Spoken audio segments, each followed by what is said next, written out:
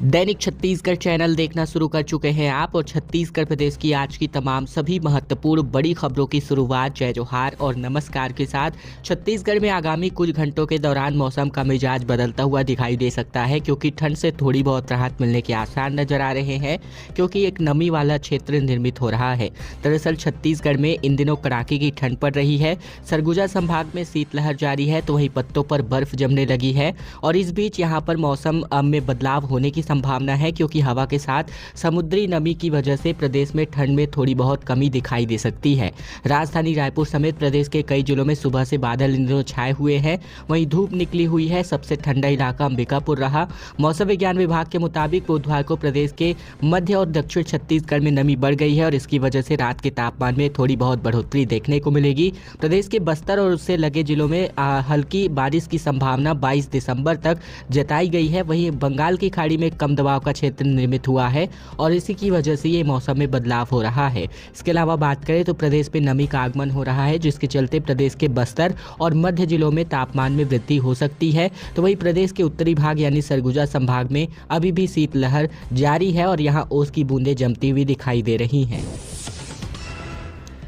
छत्तीसगढ़ के रायपुर में 58 वार्डों में ओबीसी और महिला आरक्षण की लॉटरी निकलने वाली है, जिसमें रायपुर निगम के 70 वार्डों में 9, तो वहीं एससी की बात करें तो यहाँ 3 वार्डों में एसटी आरक्षण लगभग तय माना जा रहा है। छत्तीसगढ़ की राजधानी रायपुर में नए परिसीमन के बाद जिला प्रशासन ने नगर निगम वार्डों की सीटें आरक्षित कर दी हैं। सूत्रों के मुताबिक रायपुर नगर निगम के 70 वार्डों में से 9 वार्ड अनुसूचित जाति यानी एससी और 3 वार्ड अनुसूचित जनजाति यानी एसटी के लिए आरक्षित बनाया गया है। बताया जा रहा है कि महापौर पद के लिए आरक्षण लॉटरी सिस्टम से तय होगा। विभागीय अधिकारियों के मुताबिक रायपुर के शेष 58 वार्ड पिछड़ा वर्ग यानी ओबीसी और महिलाओं के लिए आरक्षित है, जिसके लिए लॉटरी निकाली जानी है। इनमें से 23 वार्ड ओबीसी वर्ग और 8 वार्ड महिलाओं के लिए आरक्षित होंगे। जिला प्रशासन के अधिकारी 19 दिसंबर यानी आज के दिन शहीद स्मारक भवन में सुबह 11 बजे वार्डों के सीट की आरक्षण की प्रक्रिया शुरू करने वाले हैं। इसके अलावा 23 वार्डों में महिलाओं के लिए सीटों को आरक्षित किया गया है, जो कि नए परिसीमन के मुताबिक नए नियम के अनुसार हो रहा है। वहीं महापौर के आरक्षण में भी सामान्य की पर्ची यहां पर रहने वाली है। 999 रुपए में आज से हवाई सेवा की शुरुआत होने जा रही है, जिसमें रायपुर, अंबिकापुर और बिलासपुर आपस में कनेक्ट होने वाले हैं। दरअसल छत्तीसगढ़ के 3 शहरों के बीच आज हवाई सेवा शुरुआत होने जा रही है, जो कि केवल 999 रुपए में इस प्रकार की सुविधा मिलेगी। रायपुर से अंबिकापुर और बिलासपुर के लिए सप्ताह में 3 दिन गुरुवार, शुक्रवार और शनिवार को फ्लाइट की सुविधा मिलने वाली है। फ्लाईबिग एलायंस कंपनी ने फ्लाइट का शेड्यूल भी जारी कर दिया है। अंबिकापुर एयरपोर्ट का शुभारंभ 20 अक्टूबर को प्रधानमंत्री मोदी ने वाराणसी से वर्चुअली रूप से किया था, जहां छत्तीसगढ़ में केंद्र सरकार ने रीजनल कनेक्टिविटी योजना के अंतर्गत रायपुर, अंबिकापुर और बिलासपुर को एयर कनेक्टिविटी से जोड़ दिया है। वहीं अगर बात करें तो यहां पर जो है अंबिकापुर से रायपुर की अगर उड़ान की बात करें तो ये रायपुर से अंबिकापुर 9 बजकर के उड़ान भरेगी रायपुर से, जो कि 10:15 पर अंबिकापुर पहुंचेगी। अंबिकापुर से 10:40 को उड़ान भरकर 11:35 पर बिलासपुर पहुंचेगी, जबकि बिलासपुर से 12 बजकर उड़ान भर करके ये एक बार फिर अंबिकापुर 12:55 पर पहुंचेगी और अंतिम में अंबिकापुर 1:20 पर उड़ान भर करके रायपुर पहुंचेगी तकरीबन 2:30 बजे, और ये फ्लाइट का शेड्यूल जारी किया गया है। इसके अलावा बात करें तो सांसद चिंतामणि महाराज, जो आज के दिन रायपुर से अंबिकापुर आने वाली पहली फ्लाइट से अपना रवाना करने वाले हैं। रायपुर का कुम्हारी टोल प्लाजा जल्दी बंद किया जा सकता है, जहां विरोध के बाद सांसद अग्रवाल ने केंद्रीय गृह मंत्री को टोल बंद करने का ज्ञापन भी सौंप दिया है। रायपुर दुर्ग राष्ट्रीय राजमार्ग क्रमांक 53 पर स्थित कुम्हारी टोल प्लाजा को बंद करने संबंधित विभिन्न कार्यों को लेकर रायपुर के सांसद बृजमोहन अग्रवाल ने केंद्रीय सड़क परिवहन एवं राजमार्ग मंत्री नितिन गडकरी से मुलाकात करी। अग्रवाल ने बताया कि कुम्हारी टोल प्लाजा वर्षों से संचालित है। अवधि पूर्ण हो जाने के बाद भी ये टोल प्लाजा अवैध रूप से संचालित हो रहा है और इसे बंद करने की मांग उन्होंने केंद्रीय मंत्री से की है। अग्रवाल ने कहा कि टोल प्लाजा के चलते जनता को भारी असुविधा और जाम की समस्याओं का सामना करना पड़ रहा है। इसके अलावा बात करें तो रिंग रोड नंबर 1 यानी नेशनल हाईवे 53 के ही सर्विस रोड को 5 मीटर से बढ़ाकर 11 मीटर करने, रायपुर रेलवे स्टेशन से नेशनल हाईवे 30 को जंक्शन तक बने एक्सप्रेसवे को भारतीय राष्ट्रीय राजमार्ग प्राधिकरण को सौंपने की बात। वहीं एक्सप्रेसवे हाईवे पर राष्ट्रीय राजमार्ग 30 के सदाड़ी जंक्शन पर ग्रेड सेपरेटर का निर्माण संबंधित तमाम कामों को लेकर के इन्होंने केंद्रीय मंत्री से मुलाकात की है। सरकार के खिलाफ अब कांग्रेस की पदयात्रा देखने को मिल रही है, जहां संतोषी नगर से कालीबाड़ी तक पैदल कांग्रेसी ने यात्रा निकाली, जहां एक साल की विफलताओं को लेकर के इन्होंने प्रदर्शन किया। दरअसल छत्तीसगढ़ सरकार के एक साल पूरे होने पर कांग्रेस लगातार विरोध प्रदर्शन कर रही है। इसी बीच कांग्रेस असंगठित क्षेत्र और समस्या निवारण प्रकोष्ठ ने सरकार की विफलताओं को लेकर एक पदयात्रा निकाली। कांग्रेस कार्यकर्ताओं ने रायपुर के संतोषी नगर से लेकर कालीबाड़ी के इंदिरा चौक तक एक पैदल मार्च आयोजित किया, जिसमें सरकार के खिलाफ जमकर नारेबाजी करी गई। इस दौरान कांग्रेस नेता कन्हैया अग्रवाल, प्रकोष्ठ के अध्यक्ष मोहम्मद सिद्दीकी और वक्फ बोर्ड के पूर्व अध्यक्ष सलाम रिजवी समेत कई कांग्रेसी नेता इसमें मौजूद नजर आए।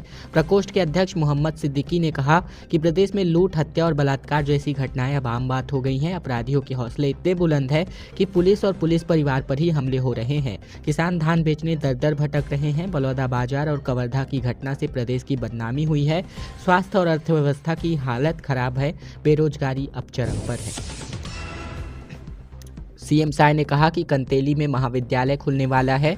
मोतिमपुर में उप स्वास्थ्य केंद्र का अपग्रेड होगा, जबकि मुंगेली में गुरु घासीदास जयंती के मेले का आयोजन, इस अवसर पर इन्होंने घोषणा करी। दरअसल छत्तीसगढ़ के मुख्यमंत्री विष्णुदेव साय ने संत शिरोमणि बाबा गुरु घासीदास की 268वीं जयंती के अवसर पर मुंगेली विकासखंड के मोतिमपुर अमर टापू धाम में एक दिवसीय गुरु पर्व मेला आयोजित किया गया और इस आयोजन में सीएम विष्णुदेव साय भी सम्मिलित हुए। सीएम साय ने गुरु घासीदास मंदिर में बाबा की पूजा अर्चना कर प्रदेश के नागरिकों के सुख, समृद्धि और खुशहाली की कामना के लिए की और उन्होंने कार्यक्रम में उपस्थित नागरिकों का अभिवादन करते हुए बाबा गुरु घासीदास जयंती की बधाई और शुभकामनाएं दी। कार्यक्रम को संबोधित करते हुए मुख्यमंत्री साय ने कहा कि हम बाबा गुरु घासीदास के बताए हुए मार्ग पर ही चल रहे हैं। इस मौके पर सीएम साय ने कंतेली में नवीन महाविद्यालय खोलने और मोतिमपुर में उप स्वास्थ्य केंद्र को प्राथमिक स्वास्थ्य केंद्र में अपग्रेड करने की घोषणा करी। इसके अलावा मोतिमपुर अमर टापू धाम के सौंदर्यीकरण के लिए भी आश्वासन दिया गया। उन्होंने कहा कि हमारी सरकार बनते ही पहली कैबिनेट की बैठक में 18 लाख आवास की स्वीकृति दी गई। धान का 2 साल का बकाया बोनस राशि किसानों के खाते में अंतरित करा गया। पीएससी घोटाले में सीबीआई द्वारा जांच की जा रही है और दोषियों पर कार्यवाही होना शुरू हो गया है। ये तमाम बातें एक बार फिर से उन्होंने जनता के सामने रखी। छत्तीसगढ़ के तकरीबन 5000 एकड़ पर लगी टाऊ की फसल बर्फ जमने की वजह से बर्बाद हो गई और ये पूरा मामला जसपुर के इलाके का है, जहां कड़ाके की ठंड की वजह से अब ओस भी जमती नजर आ रही है। दरअसल छत्तीसगढ़ में जसपुर में बर्फ जमने से तकरीबन 5000 एकड़ में लगी टाऊ की फसल बर्बाद हो गई। पाले की परत जमने से दाने खराब हो गए और बीते कुछ दिनों से रोजाना खड़ी फसल के ऊपर सुबह के वक्त बर्फ की परत जम रही है। किसानों के मुताबिक इस साल तकरीबन 35 करोड़ रुपए की टाऊ की फसल जिले के पठारी इलाके से निकलने की तैयार थी। वहीं छत्तीसगढ़ के उत्तरी हिस्से में कड़ाके की ठंड देखने को मिल रही है, जहां बलरामपुर सबसे ठंडा स्थान रहा। न्यूनतम तापमान 3 डिग्री पर पहुंच गया।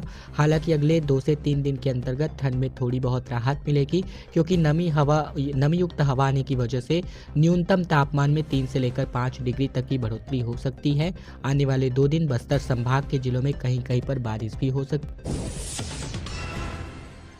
छत्तीसगढ़ के रायपुर में सड़क हादसे में 4 लोगों की जान चली गई, जहां अभनपुर में 2 और तिल्दा में 2 की जान गई। पंडरी एक्सप्रेसवे पर 3 गाड़ियां आपस में भिड़ गई। दरअसल रायपुर में 4 अलग अलग सड़क हादसे में कुल 4 लोगों की जान चली गई, जबकि 4 लोग घायल हो गए। ओवरटेक करते समय 2 बाइक आपस में टकरा गई, जिससे 2 युवकों की सिर में गंभीर चोटें आई हैं और इसके अलावा पंडरी एक्सप्रेसवे पर 3 गाड़ियां आपस में टकरा गई। बताया जा रहा है कि बाइक सवार रेलवे स्टेशन की ओर जा रहे थे और इनमें से एक युवक को ट्रेन से यात्रा करनी थी, लेकिन रास्ते में ही जान चली गई और ये पूरा हादसा अभनपुर, तिल्दा और सिविल लाइन थाना क्षेत्र में हुए हैं। इनमें अभनपुर में 2 लोगों की मौत, जबकि तिल्दा में 2 लोगों की मौत हुई है। फिलहाल पुलिस सभी मामले की जांच कर रही है। पहला हादसा जिसमें 2 लोगों की मौत हुई, ये तिल्दा थाना के अंतर्गत हुआ, जो कि रायगढ़ के लिए ट्रेन पकड़ना था इनको, वहीं कार को ओवरटेक करते समय। दूसरा हादसा जो है यहाँ पर हुआ तुलसी गाँव के पास एक ढाबे के पास, जहाँ पर भी 2 लोगों की जान चली गई। और दूसरा जो अभनपुर रायपुर मार्ग है भेलवाडी के पास ढाबे के पास ये दूसरा हादसा हुआ है। और अब खबर रायगढ़ से, जहां कांग्रेसियों ने अमित शाह का पुतला फूंका। डॉक्टर भीमराव अंबेडकर पर दिए गए बयान को लेकर इन्होंने विरोध जताया और कहा कि गृह मंत्री माफी मांगे। छत्तीसगढ़ के रायगढ़ में कांग्रेसियों ने केंद्रीय गृह मंत्री अमित शाह का पुतला दहन किया है और इस दौरान कांग्रेस के कार्यकर्ताओं ने शाह के राज्यसभा में डॉक्टर भीमराव अंबेडकर पर दिए गए बयान को लेकर विरोध जताया। जहाँ बीती शाम को इन्होंने कांग्रेस के पदाधिकारी और कार्यकर्ता कांग्रेस भवन से गृह मंत्री शाह के खिलाफ नारेबाजी करते हुए निकले। इसके अलावा इसके बाद बेटी बचाओ बेटी पढ़ाओ के नारे चौक पर पहुंचकर केंद्रीय गृह मंत्री का पुतला दहन किया और इस दौरान पुलिस ने उन्हें रोकने का भी प्रयास किया, लेकिन कांग्रेसियों ने पुतला फूंक दिया। कांग्रेसियों का कहना है कि संवैधानिक पद पर बैठे व्यक्ति को संविधान निर्माताओं को लेकर विवादित टिप्पणी नहीं करनी चाहिए। केंद्रीय मंत्री से राष्ट्र की माफी मांगने को लेकर के कांग्रेस अध्यक्ष ने अपना बयान जारी किया, जहां पुतला दहन के दौरान जिला कांग्रेस अध्यक्ष अनिल शुक्ला, जिला कांग्रेस ग्रामीण अध्यक्ष अरुण मालाकर और पूर्व शहर कांग्रेस अध्यक्ष दीपक पांडे, राकेश पांडे समेत कांग्रेस प्रभारी महामंत्री शाखा यादव समेत अन्य कांग्रेसी यहां पर मौजूद नजर आए। भाजपा का संगठन चुनाव शुरू होने जा रहा है, जहां चुने मंडल अध्यक्ष के चुनाव किए जाएंगे, जिस पर 21 तारीख से जिला अध्यक्षों का चुनाव भी होने जा रहा है। भाजपा के संगठन चुनाव में बूथ कमेटियों के चुनाव के बाद अब मंडल अध्यक्षों का चुनाव आज से शुरू हो रहा है, जहां पहले दिन 150 से 200 मंडलों में चुनाव होने की संभावना है। 20 दिसंबर तक मंडल अध्यक्षों के बाद 21 दिसंबर से जिला अध्यक्षों के चुनाव की प्रक्रिया प्रारंभ होगी और इस बार भाजपा ने 71 नए मंडल भी बना दिए हैं। सबसे ज्यादा 26 नए मंडल दुर्ग संभाग में बनाए गए हैं, रायपुर में 18, जबकि बिलासपुर संभाग में 16 और सरगुजा में 7, जबकि बस्तर संभाग में 4 नए मंडल बनाए गए हैं। भाजपा प्रदेश अध्यक्ष किरण सिंहदेव ने प्रदेश भर में बढ़ाए गए मंडलों के बारे में बताया कि सरगुजा संभाग में सूरजपुर जिले में गोविंदपुर में एक नया मंडल बनाया गया है और इसी तरह बलरामपुर में वाड्रफनगर पूर्वी और महावीरगंज के नाम से 2 नए मंडल बनाए गए हैं। सरगुजा में परसा, अंबिकापुर शहर दक्षिण, समलाया और उदयपुर उत्तर, राजापुर को नया मंडल बनाया गया है और इस तरह सरगुजा संभाग में 7 नए मंडल बनाए गए हैं। वहीं पहले सरगुजा संभाग में 73 होते थे, जो कि अब बढ़कर 80 मंडल हो चुके हैं। छत्तीसगढ़ विधानसभा के शीतकालीन सत्र के दौरान बीएड अभ्यर्थियों के समर्थन में तखतपुर विधायक धर्मजीत सिंह ने अपना मुद्दा सभा में उठाया, जो कि मुद्दे को लेकर के रोजगार सुरक्षा के लिए संघर्षरत बीएड अभ्यर्थियों के समर्थन में तखतपुर विधायक धर्मजीत सिंह भी सामने आ चुके हैं। जहां विधायक धर्मजीत सिंह ने शीतकालीन सत्र में अनुपूरक बजट के दौरान बीएड अभ्यर्थियों के पक्ष में एक मुद्दा उठाया, जहां उन्होंने कहा कि न्यायालय के आदेश का सम्मान करते हुए आदेश का पालन तो किया जाए, लेकिन बीएड के अभ्यर्थियों के लिए भी ये भी छत्तीसगढ़ के बेटे ही बेटियां हैं, भी बीएड का प्रशिक्षण प्राप्त है, इन्हें भी शिक्षक की प्रशिक्षण मिले हुई है और तकरीबन 1.5 साल से ये इसी काम में लीन है।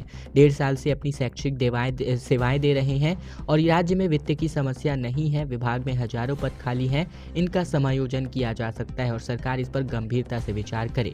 गौरतलब है कि परीक्षाफल जारी किए जाने के बाद शिक्षा की गुणवत्ता का हवाला देते हुए एनसीटी 2018 का गजट खारिज कर दिया गया है, जिसको लेकर अब उच्च न्यायालय बिलासपुर ने 2 हफ्तों के भीतर बीएड के स्थान पर डीएड को नियुक्ति देने का आदेश जारी किया है। जहां पिछले 14 माह से ये सहायक शिक्षक अपनी जमा पूंजी लगाकर न्यायालय की लड़ाई लड़ रहे थे, तो वहीं अब सरकार से सेवा सुरक्षा की गुहार लगाने को मजबूर है।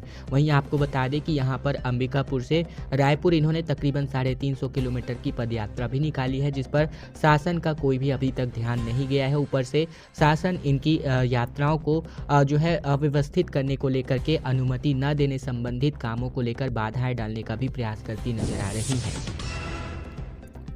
लालपुर धाम सीएम साहब पहुंचे, जहां गुरु घासीदास मंदिर के जीर्णोद्धार के लिए 50 लाख रुपए की घोषणा करी गई।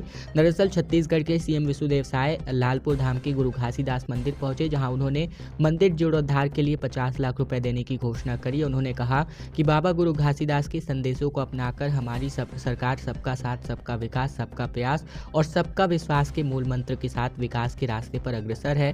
मुख्यमंत्री ने यहां बाबा गुरु घासीदास मंदिर में जैतखाम में पूजा अर्चना कर राज्य की और समृद्धि की कामना करी। जहां मुख्यमंत्री ने इस अवसर पर लालपुर में बाबा गुरु घासीदास मंदिर के जीर्णोद्धार के लिए 50 लाख रुपए की स्वीकृति तथा लोरमी में नालंदा परिसर के निर्माण के लिए घोषणा भी करी।